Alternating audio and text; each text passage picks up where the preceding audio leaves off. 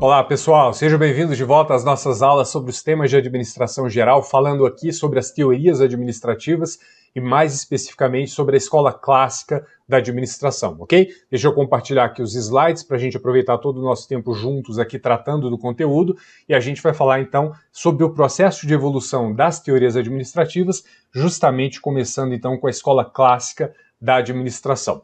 A escola clássica de administração, pessoal, ela se subdivide em administração científica e teoria clássica propriamente dito, que pode gerar um pouco de dúvida, né? Porque a palavra clássica aparece aqui nessa visão mais ampla da escola ou da abordagem e também aqui como nome da teoria aqui embaixo, né? Mas a gente precisa entender que quando a gente fala de escola clássica, a gente está falando da administração científica, né, que vem lá do início do século XX, principalmente nos Estados Unidos, com nomes como principalmente Taylor, mas também Gantt, Gilbert, né? Para a gente aqui o importante vai ser pensar na administração científica de Taylor, mas também a gente vai ter um pouquinho mais adiante, também no início do século XX, mas um pouquinho adiante, principalmente ali na França, a gente vai ter nomes como Fayol, também teremos Mooney e Gulick, mas Fayol aqui vai ser o grande representante aqui da teoria clássica para a gente, né? Então, quando a gente falar de escola clássica, a gente está falando dessas duas vertentes, a gente vai ver que elas têm focos diferentes, mas complementares, e que as duas compõem o que a gente chama, então, da escola clássica, que acabou iniciando as teorias administrativas, né? Bom, pessoal, quando a gente falar da administração científica, a gente está falando de um contexto em que havia um crescimento acelerado e desorganizado das empresas. Então, quando a gente volta lá para o início do século XX, né, o início do século passado, a gente vê as empresas, as organizações crescendo de uma forma muito acelerada, mas sem muito método administrativo, e se percebia a necessidade de aumentar a eficiência das organizações, no caso das empresas que surgiam e que cresciam cada vez mais. Então, havia uma tentativa de aplicar métodos científicos para que se tentasse aumentar a eficiência. E a partir daí se percebe que administradores e engenheiros, eles deveriam estabelecer as estruturas e os padrões perfeitos de trabalho para garantir essa eficiência nas organizações. Então esse era o objetivo. Você olhava para as organizações, enxergava essa complexidade cada vez maior das organizações, que cada vez mais cresciam de uma forma acelerada e desorganizada, e você dizia, poxa, mas eu não tenho um método. Será que o jeito que eu estou fazendo é o melhor jeito? Será que não tem jeito melhor? E aí vem essa história de administradores e engenheiros buscarem encontrar esses padrões perfeitos de trabalho para que eu pudesse, a partir disso, a partir desses melhores métodos, aumentar a minha eficiência. E aí vem Taylor com a administração científica, e com Taylor a gente vai ter dois grandes momentos, ou dois grandes períodos. Um primeiro período em que ele introduz a chamada organização racional do trabalho, que é o ORT, e ele vai introduzir técnicas de racionalização do trabalho. E aí a gente vai ter o momento do estudo dos tempos e movimentos. O que é isso, né, pessoal? Quando você olha a execução de uma tarefa, você tem diversas formas para executá-la. Você tem ferramentas para utilizar matérias-primas, formas de colocar aquela peça para que os próximos trabalhadores possam utilizá-las. Então, ele estudava os tempos e movimentos. Como é que você se movimenta nesse ambiente em relação a ferramentas, em relação a maquinário, em relação a matérias-primas e peças que você esteja utilizando, para fazer isso da maneira mais eficiente, otimizando esses tempos e movimentos. Então, essa é a história do estudo dos tempos e movimentos, para que você pudesse eliminar aquilo que fosse desperdício e tentar fazer o desenho da execução da tarefa o mais eficiente possível, beleza? E ele introduz ainda uma ideia de remuneração variável conforme a produção. Aquela ideia de que se eu quero que o trabalhador produza mais, eu devo pagá-lo a mais por isso. Não é? Se eu pagar um valor constante, ele não vai ter o incentivo para produzir mais. Essa é a introdução da ideia da remuneração variável, que até hoje a gente estuda, né, pessoal? Até hoje se considera em alguns momentos. Um pouco mais para frente, essa divisão em períodos é só para o nosso estudo aqui, tá, pessoal? Normalmente não é um ponto, a divisão de períodos em si, um ponto explorado, tá? Pelas bancas de uma forma mais específica. Depois ele vai avançar na ideia de racionalização do trabalho em conjunto com a estruturação da empresa e começa a desenvolver estudos mais amplos sobre administração. A maior parte das questões de prova sobre Taylor vão estar aqui no primeiro período, ok? Bom, vamos lá. E aí, pessoal, Taylor vai trazer a administração científica a partir de alguns fundamentos. Então ele vai dizer, bom, dentro de cada organização eu preciso estabelecer claramente qual é a cadeia de comando e controle. O que quer dizer a cadeia de comando e controle? É exatamente a ideia de que existe uma hierarquia e essa hierarquia segue um determinado caminho. E esse indivíduo que está aqui acima, nessa posição aqui, número 1 em relação ao número 2, ele vai comandar e ele vai controlar. Ele diz o que deve ser feito e ele verifica se está sendo feito de forma adequada. Além disso, ele vai dizer, e ele vai introduzir um conceito, que é o conceito de one best way, que está aqui em inglês, né? Que é a única maneira de fazer certo, ou literalmente o jeito melhor de ser feito alguma coisa. Então você estudou como fazer a tarefa, você desenha a tarefa da melhor forma possível e você vai fazer então aquela tarefa daquele jeito que é o one best way, o melhor jeito que passa a ser o único. Você só pode fazer do melhor jeito. Todo mundo tem que fazer do melhor jeito. Beleza? Bom, nesse momento aqui, os trabalhadores são entendidos como mão de obra, ou seja, como um recurso, assim como dinheiro, assim como máquina, assim como equipamento, né? Ou seja, é um recurso que você tem dentro da organização. Você valoriza a estabilidade no emprego, ou seja, você valoriza que aquele indivíduo que você treinou, ele continue na sua organização. Então, isso vai ser importante para você aproveitar, inclusive, o treinamento daquele indivíduo e deixá-lo ali mais confortável, mais seguro no trabalho que ele está fazendo. E você vai fazer tudo isso, inclusive a estabilidade, não porque é você bonzinho, mas porque você busca maior produtividade, você busca mais eficiência. Então, toda a movimentação da administração científica busca mais eficiência. Estabelecer cadeia de controle, buscar o one best way, né? Tratar os trabalhadores como mão de obra, incentivá-los com remuneração variável, dar estabilidade nos empregos, tudo isso é buscando maior produtividade ou maior eficiência. Essa vai ser a ideia. E aí, pessoal, buscando isso, ele vai desenvolver o que a gente chama de ORT, que é a Organização Racional do Trabalho. Então, o que o Taylor vai dizer? Taylor verificou que os trabalhadores aprendiam a executar suas tarefas observando os demais. Então ele via um fazendo e ele observava e fazia do jeito dele. Então, na prática, o que acontecia? Um mesmo trabalho era realizado de maneiras diferentes, inclusive com o emprego de ferramentas diferenciadas conforme o caso. Então, na prática, cada um escolhia o seu jeito de fazer, né? E não necessariamente era o melhor jeito possível. Então, Taylor concluiu que você deveria substituir esses métodos rudimentares pelo que ele chamou de método científico para racionalizar o trabalho. Isso envolvia fazer o estudo dos tempos e movimentos, testar qual era a maneira mais rápida, mais eficiente, que cansasse menos os trabalhadores, para que eles pudessem manter a produtividade ao longo do tempo, e essa abordagem era conhecida como uma organização racional do trabalho, ou como a gente viu, ORT. Bom, e o que envolvia a ART? Envolvia você fazer uma análise do trabalho, estudar os tempos e movimentos para você definir o trabalho da maneira mais eficiente. Envolvia você estudar a fadiga humana, o cansaço do indivíduo. Aqui eu vou fazer uma observação importante para efeito de prova. Você vê que aqui ele olhava para a fadiga do ponto de vista fisiológico, ou seja, ele precisa fazer uma tarefa, pegar peso, mexer com uma ferramenta, se movimentar. Então ele dizia, se o trabalhador cansar, ele vai produzir menos. Então eu preciso impedir que ele canse, eu preciso da tarefa que canse menos, que fadigue menos o trabalhador. Então ele vai estudar a fadiga humana. Mas veja que ele estuda desse ponto de vista fisiológico. Ele não se preocupava com aspectos psicológicos. Por exemplo, ele não imaginava que alguém pudesse ficar cansado porque a tarefa é tediosa, por exemplo. Isso não era uma questão. Ok? Então ele não se importava com os aspectos psicológicos, emocionais, comportamentais, a não ser na ideia de que eu não posso deixar o indivíduo cansar e preciso incentivá-lo pagando mais para ele. Era só esses pontos que importavam, né? Bom, além disso, ele trata da ideia de divisão e especialização do trabalho, ele parte da ideia de que você precisa dividir o trabalho em partes pequenas, porque quanto mais especializado o indivíduo, mais fácil vai ser você treinar e mais fácil vai ser ele dominar com eficiência aquela tarefa, né? Então você vai dividir, especializar o trabalho em coisas muito específicas. E a partir disso você vai desenhar os cargos e as tarefas que serão executadas pelos ocupantes desses cargos. Ok? Então toda essa ideia é buscando mais eficiência. Bom, você vai estabelecer também incentivos salariais e prêmios, ou seja, quanto mais você produz, mais você recebe. E por que isso, pessoal? Porque aqui prevalece o conceito de homem econômico. O que é o homem econômico? É o indivíduo que se move pelo benefício material, pelo incentivo material. Então, se eu vou ganhar mais dinheiro para produzir mais, então eu produzo mais. Se eu ganhar menos, eu produzo menos. Então, é a ideia de ter remuneração variável, premiação, né? Se você produziu muito mais, você vai ganhar muito mais. Essa é a ideia. Para isso, era preciso cuidar do ambiente de trabalho, inclusive em termos de limpeza, de segurança, de iluminação, tudo isso visando mais produtividade.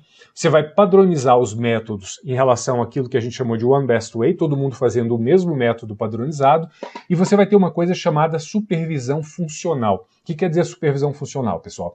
Quer dizer o seguinte, imagina um indivíduo aqui que tem que fazer duas tarefas, a tarefa A e a tarefa B somente ao longo do seu dia. De manhã ele faz a tarefa A, de tarde ele faz a tarefa B. Ele vai ter dois supervisores. Ele vai ter o supervisor da tarefa A e ele vai ter o supervisor da tarefa B. Ok? Então essa vai ser a ideia da supervisão funcional, ou seja, você tem um supervisor de acordo com a função que você está exercendo. Né? Então essa vai ser a ideia. Ela acaba fazendo com que o indivíduo possa ter mais de um supervisor. E esse é um ponto importante da gente lembrar da administração científica. Beleza? Bom, em decorrência disso, pessoal, se você aplica os princípios da administração científica e da organização racional do trabalho, você espera que as organizações tenham as seguintes características: que elas baseiem a definição das suas estruturas na divisão do trabalho. Ou seja, você dividiu o trabalho da maneira mais eficiente, ok, agora define as caixinhas em função disso. Você vai manter as decisões centralizadas. Quem decide as coisas não são as pessoas em geral, não são os operários, são os engenheiros e administradores. Eles fazem as escolhas e não cabe ao trabalhador mudar o que foi proposto. São os engenheiros e administradores, nessa visão, que vão tomar decisões centralizadas e depois essas decisões terão que ser seguidas lá embaixo, ok?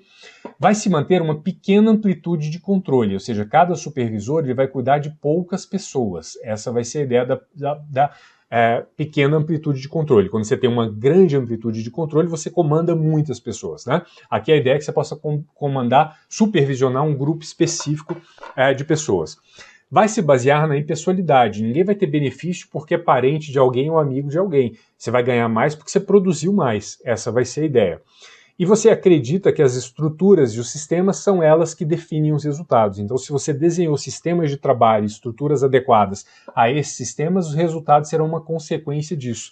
Veja que aqui não importa os aspectos emocionais, os aspectos psicológicos, não importa o que está acontecendo fora da organização, nada disso aparece aqui, ok?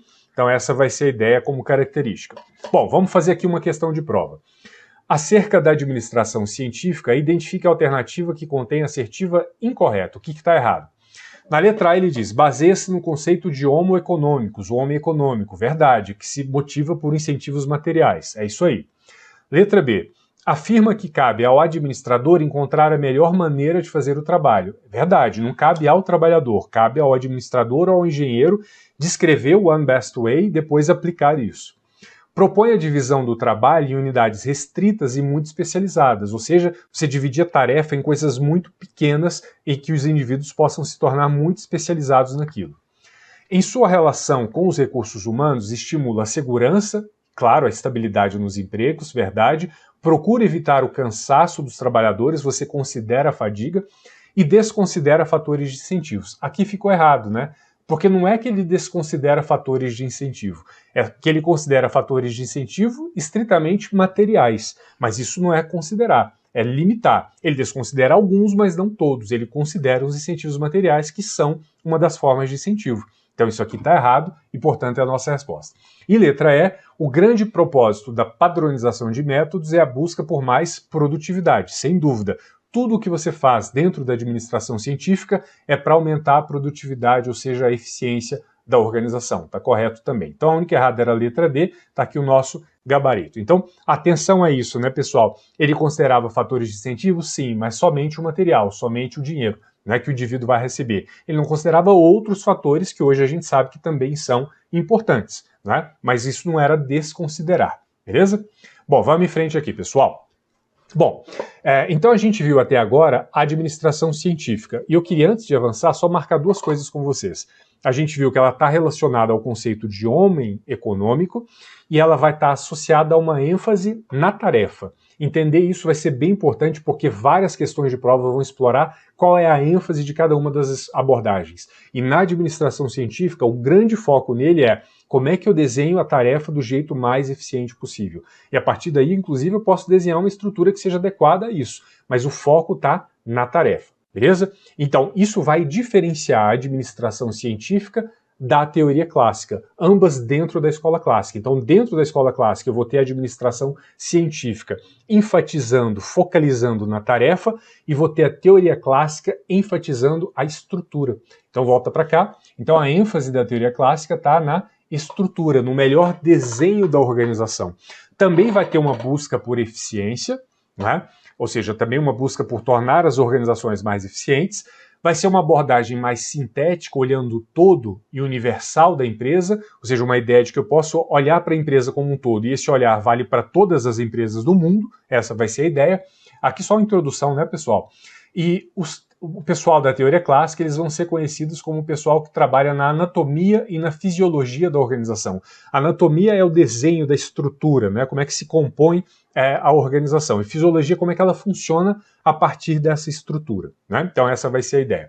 Vejam que isso é complementar à administração científica, né? Então alguns autores vão dizer assim, a administração científica ela tem um olhar de baixo para cima, porque ela olha para a tarefa e a partir daí ela tenta definir outras coisas. Na teoria clássica de Fayol, você parte de um olhar de cima para baixo, ou seja, o seu foco é no desenho da estrutura e nas funções do administrador para que a organização possa funcionar da melhor maneira possível. Então são abordagens complementares, ambas compondo o que a gente chama de escola clássica da administração, que vai ali nas primeiras 2 décadas do século passado dar o start, então, nas várias teorias administrativas que a gente estuda, né? Bom, algumas observações, né? A teoria clássica, ela olha para a organização como um conjunto de órgãos, ou seja, um conjunto de partes, já se preocupa em analisar o interrelacionamento entre essas partes, ou seja, entre esses órgãos, e assim como a administração científica, ela se restringe à organização formal. O que quer dizer só olhar para a organização formal, pessoal? É o seguinte, no mundo real, quando você olha para as organizações, você pode pensar, bom, o desenho da organização é o que está no organograma, né? Tá aqui as caixinhas, como é que elas se relacionam, tá aqui os cargos, as responsabilidades, isso está nos regimentos internos, nos regulamentos, nos padrões operacionais, mas ignora que existe uma coisa chamada organização informal. São padrões, valores, crenças que as pessoas compartilham, que fazem parte da cultura da organização, as lideranças informais, as regras que jamais foram escritas, mas as pessoas seguem, as influências de um grupo sobre outro, os grupos informais que se formam, tudo isso é importante, a gente sabe disso hoje, mas isso não aparecia nem da administração científica, nem na teoria clássica, ok? Eles só olhavam para a organização, ignorando o ambiente, e dentro da organização só olhavam para os aspectos formais, não olhavam para os aspectos informais, ok? Bom, vamos lá. Outro ponto bastante importante e também cobrado em prova é que na teoria clássica, Fayol acaba descrevendo 6 funções da organização. Ok? Tem 3 nessa tela aqui, mas são 6 no total. Ele vai dizer, bom, toda organização precisa exercer uma função técnica, que se relaciona com os aspectos próprios da produção. Eu preciso saber fazer os bens e serviços. Mas eu também preciso desenvolver uma função comercial. Eu preciso saber comprar, vender e até trocar, ou seja, fazer permuta de bens produzidos e consumidos pela empresa. Além disso, eu tenho uma função financeira, que tem a ver com a busca e o gerenciamento do dinheiro, né, dos recursos financeiros que eu preciso dentro da organização. Então tá claro, né? Claro que eu preciso fazer todas essas 3 coisas. Mas mais do que isso, eu tenho a função de segurança, que se relaciona a preservar os bens da empresa e as pessoas envolvidas com essa empresa também, né? Então eu preciso garantir a segurança pessoal e patrimonial.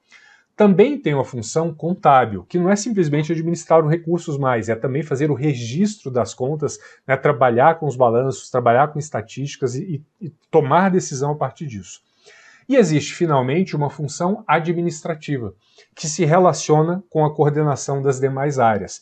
Então, pessoal, eu preciso lembrar dessas 6, ok? Eu preciso lembrar que eu tenho uma função técnica que me ajuda a produzir, tenho uma função comercial, que me ajuda a comprar e vender e permutar. Eu vou mudar um pouco a ordem aqui, eu tenho uma função financeira, porque eu preciso gerenciar o dinheiro, preciso contabilizar esse dinheiro, né? Então eu tenho a função contábil, e finalmente eu tenho a função segurança e a função administrativa, ok? Que por sua vez, elas se relacionam com as demais funções e trata da integração, ok? Então esse TCFC-SA aqui a gente precisa lembrar para a hora da prova. Algumas questões vão exigir que a gente lembre quais são as 6 funções que são exercidas em todas as organizações, porque na teoria clássica se tinha essa visão universal das empresas, a ideia de que o que acontece em uma acontece nas outras também, e eu posso manter os princípios de uma forma universal. Beleza? Bom, além de falar das funções na organização, ele vai pegar especificamente a função administrativa e vai descrever o que envolve a função administrativa. E aí, pessoal, quando a gente estuda função administrativa hoje em dia, a gente costuma dizer que a gente fala de planejar, organizar, dirigir e controlar. Lá com o Fayol, já tinha o começo disso, mas era de uma forma um pouco mais ampla. Então ele tinha o planejar, né? Só que ele descrevia mais sobre a forma do prever, mas tinha essa ideia do planejar. Tinha o organizar, beleza? Mas o dirigir, ele dividia em dirigir e coordenar.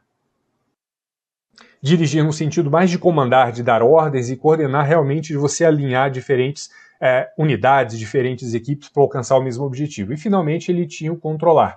Então, em vez de 4 funções administrativas, ele falava de 5 funções administrativas, porque o que hoje a gente chama de direção, ele dividia em direção ou comando e coordenação, ok? Não é tão comum, mas às vezes cai em prova, então eu preciso lembrar que as funções administrativas, como começaram lá na teoria clássica, tinha uma versão um pouco mais expandida do que a versão atual. Okay? Isso é bem importante porque, se ele falar das funções administrativas de acordo com o Fayol, a gente vai nesse modelo clássico aqui, em que o pode ser acaba tendo o D aí desdobrado. E lembrando que o planejar pode aparecer como prever e o dirigir pode aparecer como comandar, beleza? Então atenção a essas variações aí que podem acontecer.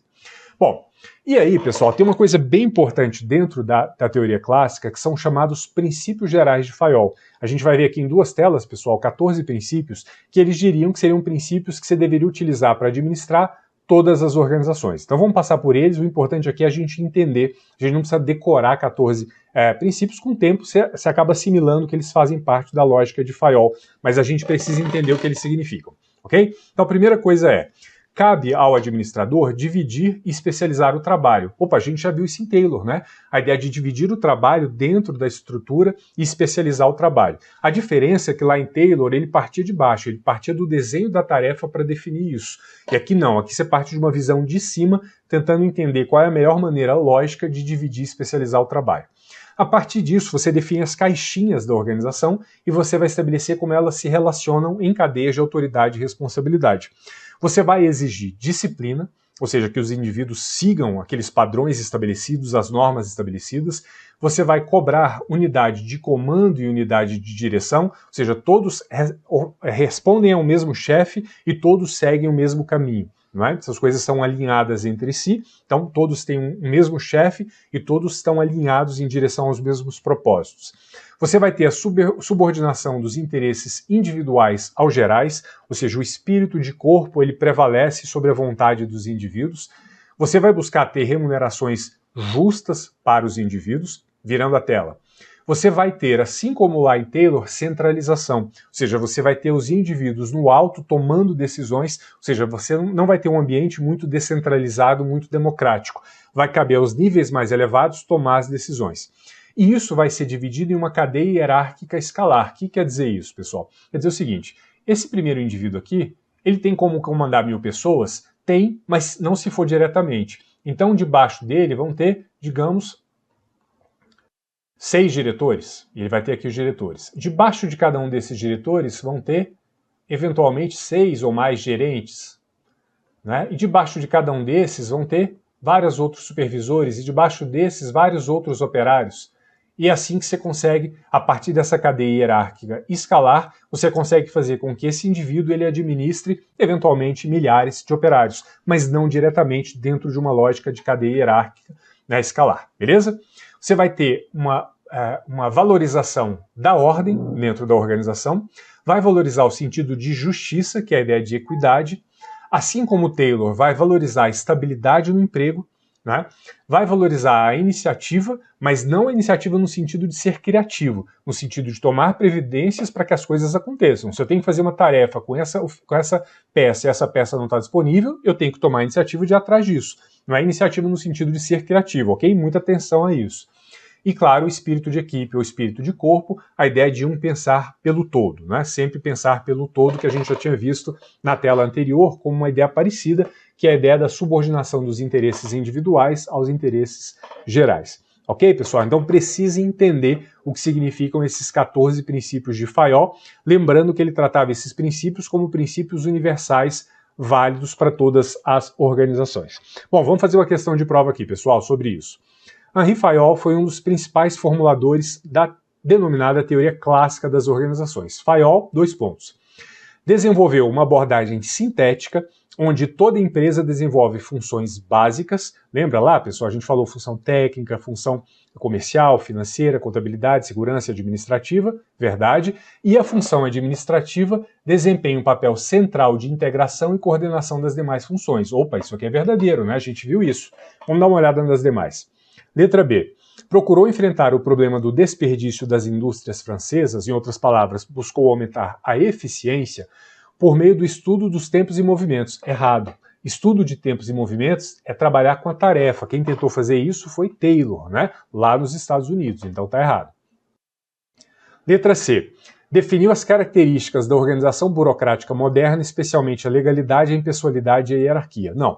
Quem definiu as características da organização burocrática moderna foi Max Weber, né? E a gente vai falar da teoria da burocracia aqui, assim como a gente também estuda a teoria da burocracia lá na administração pública, né? Mas quem definiu isso não foi Fayol, foi Weber.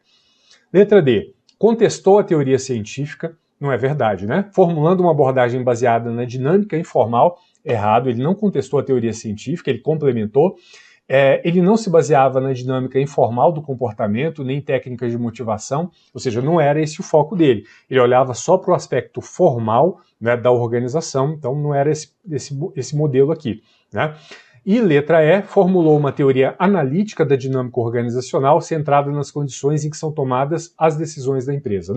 Não é o foco dele, ele olha mais para a estrutura e menos para a dinâmica, o foco dele não é tomada de decisão e a teoria dele é sintética, não analítica. Ele olha pelo todo e não na divisão entre as partes, que é mais típica, por exemplo, da visão de Taylor, né, que vai lá no detalhe da tarefa, vai no detalhe mesmo de cada coisa que é feita.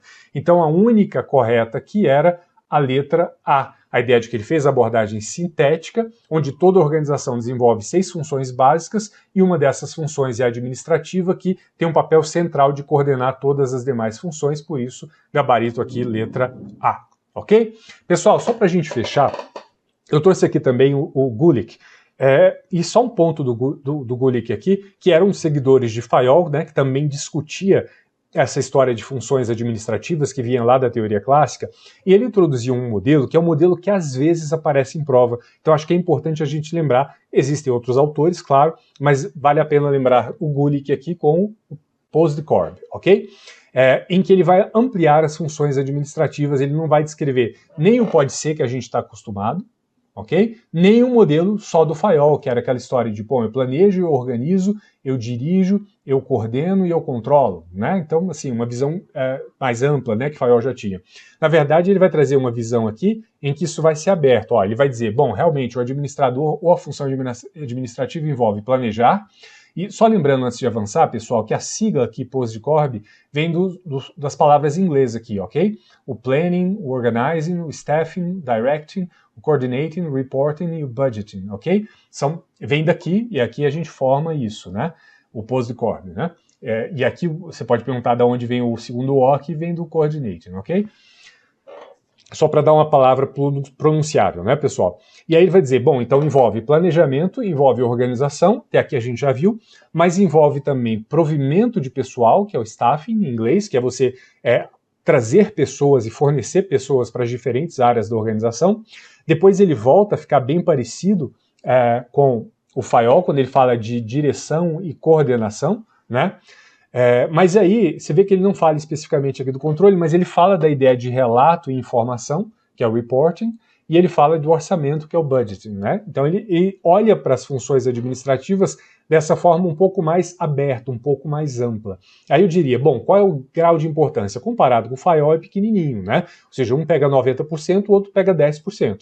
Mas é importante a gente saber que existe o Posdkorb, né, e entender o que ele significa, porque isso pode ser cobrado em prova, dentro de um espírito de estar mais preparado, isso aqui também tem a sua importância. Beleza? Bom, pessoal, fechando aqui então as nossas críticas à escola clássica. Ela traz uma visão mecanicista, ou seja, olha para a organização como uma máquina e para as pessoas também como se fossem engrenagens dessa máquina. Trazem uma abordagem de sistema fechado, que quer dizer, só olha para dentro, não olha para o que acontece no ambiente. tem ênfases muito específicas, uma na tarefa administração científica e a outra estrutura, né, com a teoria clássica. Ambas não têm atenção às relações humanas, ou focam na tarefa ou na estrutura e não olham para as relações humanas, e tem essa ambição de ter um modelo universal que vale para todas as organizações, como se elas não fossem diferentes entre si, e prescritivo, dizendo é assim que se faz, eu estou aqui prescrevendo o melhor jeito de fazer, o melhor jeito de administrar. Então isso dá para a gente uma visão aí de que, bom, elas trouxeram ótimas contribuições importantes, mas elas têm falhas, elas têm limitações, e é por aí que a gente começa a estudar as teorias administrativas. Então a gente vai lá no começo do século XX, pega a escola clássica, fala da administração científica de Taylor, da teoria clássica de Fayol, e aí a gente dá o pontapé inicial. E aí a gente vai ver que todas as teorias que vão surgir na sequência, elas vão se relacionar com o que vem antes. Então vão se relacionar dizendo, olha, eu tenho uma outra visão, tem um aspecto aqui que é importante, que não está sendo considerado. E a partir daí a gente vai agregando visões. Em algum momento uma contradiz a outra, em outros momentos elas só complementam, trazem outras abordagens. E quando a gente olha para isso, no final das contas, o que a gente aprende é todas as teorias trazem alguma contribuição, todas têm relevância, ainda hoje no setor privado e no setor público, mas nenhuma é perfeita, né, e nenhuma está isenta de falhas, isenta de imperfeições ou de incompletudes. Beleza, pessoal? Então, com isso, a gente dá o start aí para o estudo das teorias administrativas. Espero que vocês tenham curtido a aula aí sobre Taylor e Fayol. Se tiverem dúvidas, vão lá no fórum. E eu vou me despedir, como sempre, desejando ótimos estudos para vocês. E a gente se vê na próxima aula. Um abraço!